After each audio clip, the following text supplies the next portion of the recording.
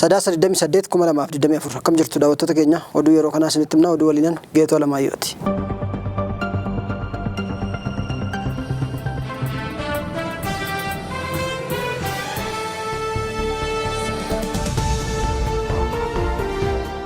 Naannoo Oromiyaatti namoonni kitila 39 ol dhibee busaaf saaxilamaa jiru jedha Biiroon Fayyaa Oromiyaa.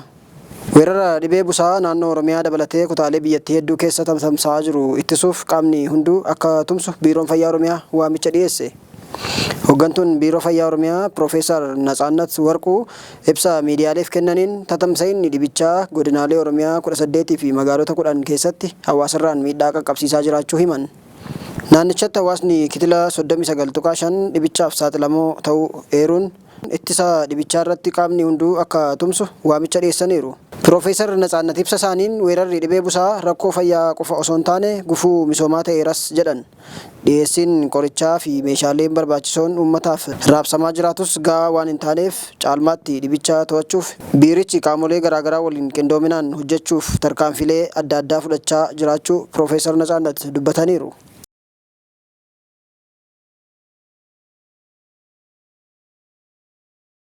Itoophiyaan biyya Afrikaa irraa boba'aa gatii gadi aanaan gurgurtu torbaffaa jedhamte.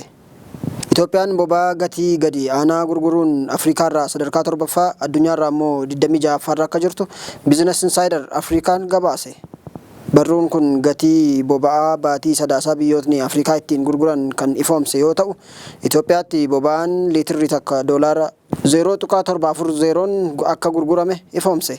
Afrikaa irraa biyyi boba'aa gatii rakasaan gurgurtu Liibiyaa yoo taatu liitirri tokko doolaara 0.031 gurgurama. Addunyaa irratti gatiin boba'aa giddu galeessaan doolaara 1.17 akka ta'e gabaasni Global Petrol Price baasee ni agarsiisa.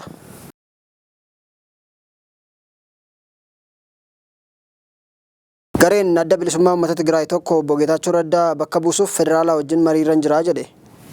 Hooggantoonni Abuut bakka lamatti cabanii tokko isa kan biraaf beekamtii dhorkatee quba walitti qabuu erga eegalanii bubbulaniiru. Gareen Dr. Dabratsiyoon Gabra Mikaa'el durfamu kora sabaa geggeeffatee garee obbo Geetaachoo Raddaa fa'aa nama 17 aangoorraa fi miseensummaa dhaabaarraa mulqeera. Ergasiitii gareen obbo Geetaachoo fi gareen Dabratsiyoon ibsa walirratti baasuu fi tokko isa kan biraatiin hojii bulchiinsaarraa kakaasuu beeksisaa turaniiru. Gidduu kana pirezidaantiin bulchiinsa yeroo naannoo Tigraay Geetaachoo Raddaan akkuma duraanii garee Dabratsiyoon fonqolcha godhuuf deemaa jira jechuun ibsanii ture. Ana kaasuuf federaalaa deemanii osoo hin milkaa'in galan erga jedhanii booda tokko taatanii yoo bulchuuf waliigaluu baattan paartiin badhaadhinaa aangoo bulchiinsa naannichaa isin harkaa fuudhaa akka jedhetti ture kan isaan dubbatan.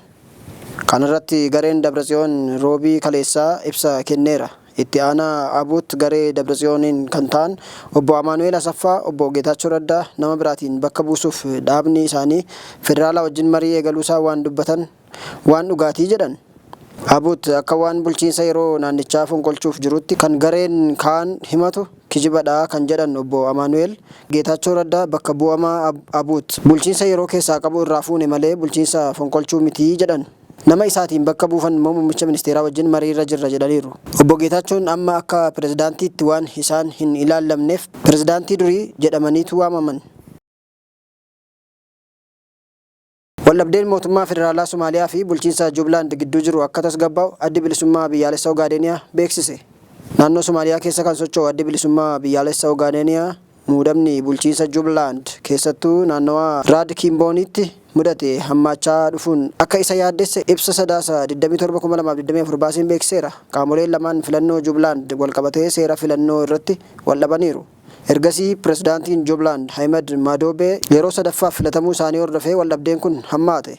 Yeroo ammaa kana mootummaan federaalaa Somaaliyaa loltoota isaa naannawaa bulchiinsa Jubilaanditti kan qubachiise yoo ta'u, bulchiinsi Jubilaand gama isaatiin humnoota nageenya isaa sochoosuun cimsaa jiraachuu ibseera. Addi bilisummaa biyyaalessaa Ogaadeniyaa muddamni uumame Jubilaand qofa osoo hin taane guutummaa Somaaliyaa tasgabbii dhabsiisaa jedha. Itti dabaluun walitti bu'iinsa hidhannoon deeggarametti yoo galame lubbuu lammiilee nagaa balaaf saaxilas jedheera. Qaamoleen waldhabdee kana keessa hirmaachaa jiran hundi gochaalee hammeessoo irraa of qusachuu akka qabanii fi furmaanni rakkoo kanaa marii nagaa qofa ta'uu akka qabus ibseera. Kana malees hawaasni idil addunyaa gidduu seenee akka araarsu waamicha dhiyeesseera. Oduu keenya ittaanuun baankiin giddugaleessa Raashiyaa bittaan doolaara Ameerikaa addaan kutuu beeksise. Baankiin giddugaleessa Raashiyaa bittaan doolaara Ameerikaa har'arraa eegalee akka addaan citu taasisuu beeksise. Baankiin Raashiyaa akka beeksisetti har'arraa eegalee haga dhuma waggichaatti jijjiirama gabaa sharafaa biyya keessaan bittaawwan maallaqa alaa taasifaman hir'isuuf bittaa doolaaraa dhaabeera. Baankichi murteerra kan ga'e dandeettii bituu maallaqa Raashiyaa gadi bu'uurraan kan ka'e ta'uu ibseera. Guyyaa kaleessaa doolaarri Ameerikaa tokko ruubil 114 gurguramaa akka ture himameera. Dandeettii bittaa ruubil gadi bu'aa dhufuun siyaasa quubsamaa biyyoonni lixaa hordofaniin qoqqobbiiwwan kaa'aman hordofee ta'uu gabaafameera. Ameerikaan torban darbe dhaabbilee maallaqa Raashiyaarra uggura kaa'uun baankii guddinaan sadaffaa biyyattii Gaazpiroom irratti kan xiyyeeffate ta'uu ibsameera.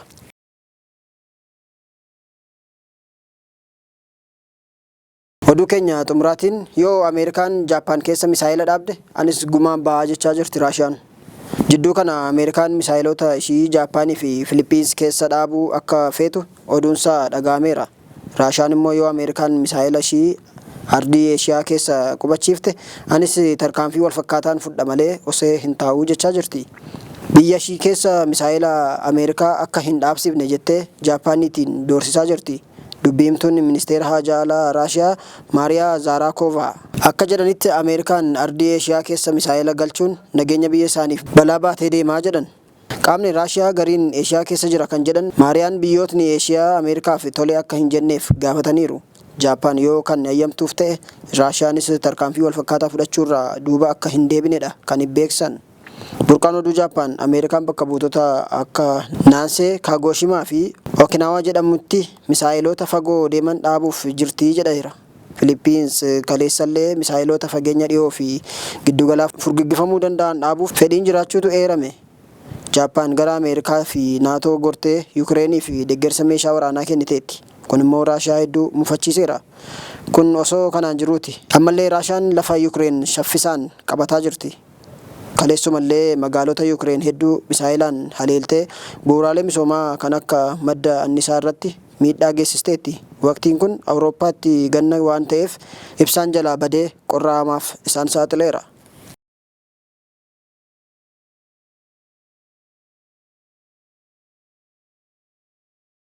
Egaan daawwattoota keenya oduu keenya har'aaf qabanne kanumaan goolabnee jirra. Turtii gaarii qabaadhaa.